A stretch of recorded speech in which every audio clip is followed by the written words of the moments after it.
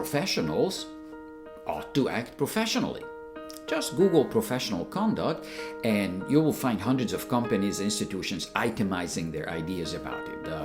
The 10 ways we show, the 3 main principles of this, our 7 guidelines to da. So what's the big idea? It boils down to this. The rules of professional conduct are based on ethical principles of honesty, integrity, competence, service to others, respect, and responsibility. This should mean something. Now, here's an example. If I buy a cheap used car on Facebook Marketplace and it turns out it wasn't such a good deal, well, I can blame myself, buyer beware. I should have looked more carefully. Maybe I was too eager to snap up that fantastic deal. The damage is relatively limited. However, if an incompetent teacher lies to parents or an unscrupulous doctor misleads patients, the consequences are far-reaching. When ideology gets in the way of ethical conduct, the resulting damage is huge.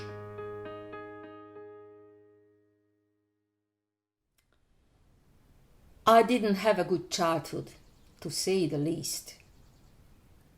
Huge and unresolvable problems in my family resulted in prolonged childhood abuse that damaged me for life. To this day, I carry multiple emotional scars. Yeah. She became a poster child for CPTSD. The C stands for complex PTSD. This is what long-term exposure to adverse life experiences causes, and the problems come out in adulthood. However, I do not see myself as a forever victim. Together with my husband, I managed to beat the odds. I'm not just a survivor scraping by somehow. I am doing fine. Yep. Let us give you a bit of a history of our challenges. My biggest fear is that somebody will take away my freedom and I will be crushed. In stressful situations, I get paralyzed and I cannot deal with the issues at hand. I have to emphasize this. She cannot, not able to, as opposed to she doesn't want to.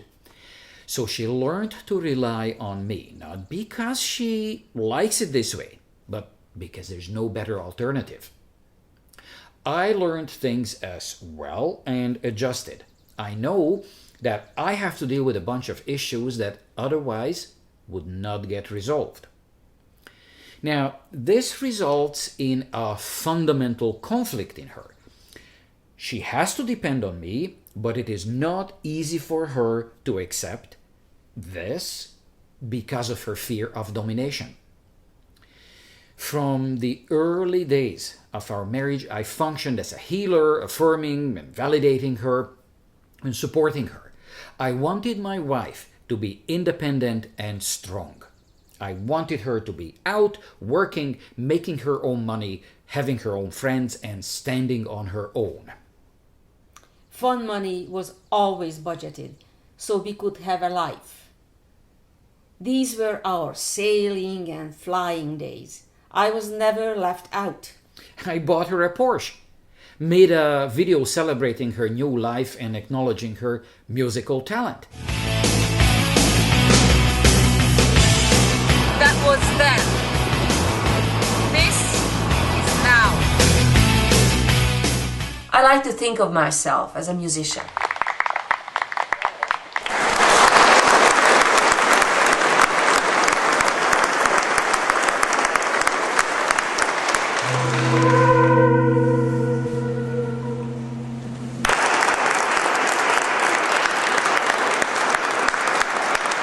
Still, she couldn't let go of the heavy baggage she was dragging. On a regular basis, she got overwhelmed by stressors and blew her fuses. I fully understood what was going on with her, and I did the right things to support her. I wanted her to hear from a professional that what she experienced was CPTSD, nothing else, nothing mysterious, what if this, what if that. It was just that, CPTSD. This was supposed to be a liberating experience, a learning experience that would lead to more healing and finally closure. I initiated that we pay a psychologist who practices cognitive behavior therapy. The therapist, however, was on a different page. He elegantly bypassed relevant case information that did not fit his business model. He concluded that my problems were caused by the domination of a narcissist husband. And the only good solution to find my freedom and happiness was to divorce from my oppressor. He asked me to buy and read one of these self-help books on divorcing a narcissist. The book was not subtle. Right on the first page it said that divorce was the only good solution. This was, of course, the worst possible conclusion to the sessions because it made things more complicated. Her sense of fairness told her that the truth was different. I went out of my way to support her. He is not a narcissist. Well, thank you. How about the shared past, the love, the kids? How about the vows in good times and bad times? Patience and perseverance. How about forgiveness? All the good things that pull a person back from the brink. Now, I don't think that divorce is a quick and easy fix. Something you just go through with and start benefiting instantly. After a divorce, I would have suffered tremendously. Now, I bet this doctor left smoldering wreckages behind him as he simply cashed in by using a feminist script and liberated oppressed women left and right. Now, nobody is going to sue him for compounding problems and causing collateral damage. The dominant ideology of the culture protects him.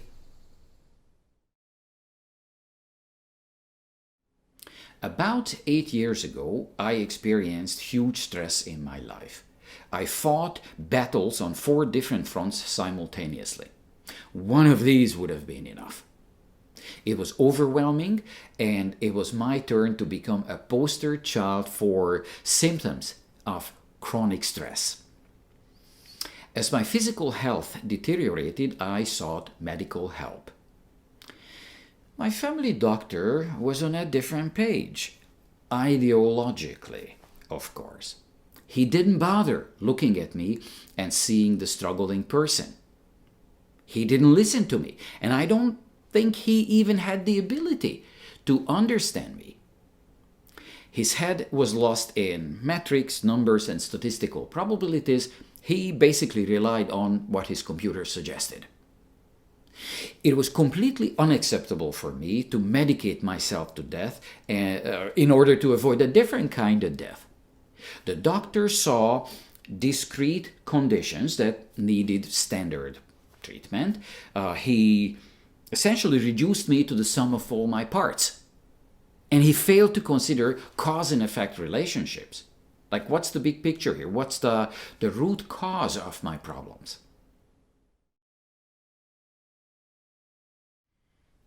At first, he was just suspicious of me. Maybe he's a skeptic, thinking outside of the box, anti-establishment, maybe a medication hater.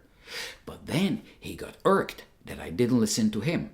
Do I not accept that he's the expert here? I showed multiple severe stress-related problems, but he didn't sign me off on a stress leave. No sympathy. Instead, he threw me under the bus and gave me an ultimatum. Get started on the drugs, or else you have a 30% chance of dying in a heart attack within the next 10 years. This is what he said. He was a narcissist on a power trip. People cling to the notion that a doctor just wants their best. You want to trust your doctor. When that trust is shattered, it implicates an entire society and the culture. When it's your doctor, you don't just casually say, oh, well, the guy's an idiot. I walked away from him, but it took me years to get him out of my system. Today I'm not on any medication. He's just a bad memory, and I'm fitter than ever. My strong faith and sense of mission saved me. I need to help other people around me. I have grandkids to inspire. I'm on the good side, therefore I can tap into an endless source of energy. Oh, yeah? Well, me and the Lord, we got an understanding. We're on a mission from God.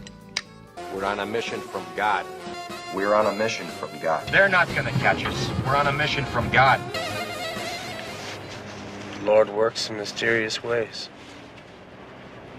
Yep. The Blues Brothers beating impossible odds doesn't make sense to a reductionist.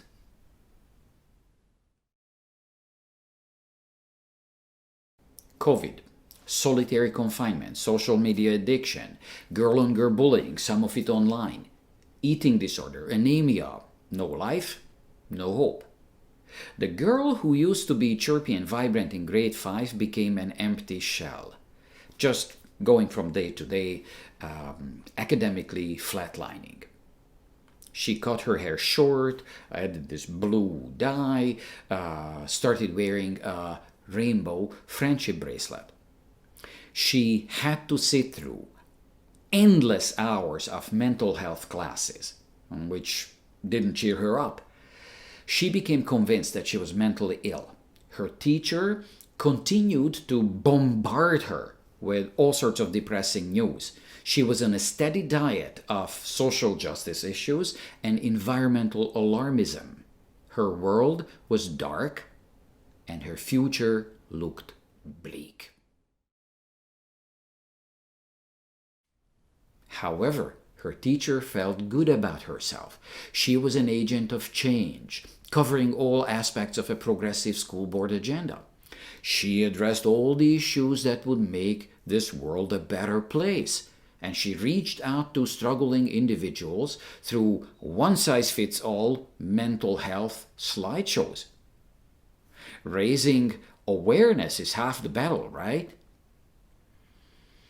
This teacher was on a different page, again, ideologically. A common sense wisdom never occurred to her.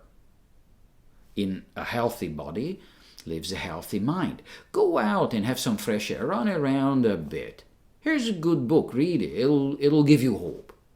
How about simply reassuring her, don't worry, things will turn around, you'll be fine, I know. Like a human gesture. Today the girl is 15. She's not as vulnerable as before, but she sustained permanent damage. Her parents don't know. A person's ideology determines the choices he or she makes. Materialists who practice moral relativism are not likely to see themselves as public servants. Thank God we still have wonderful professionals who stand on a firm ideological foundation. They do more than providing a service. They restore our faith and our pride in our culture.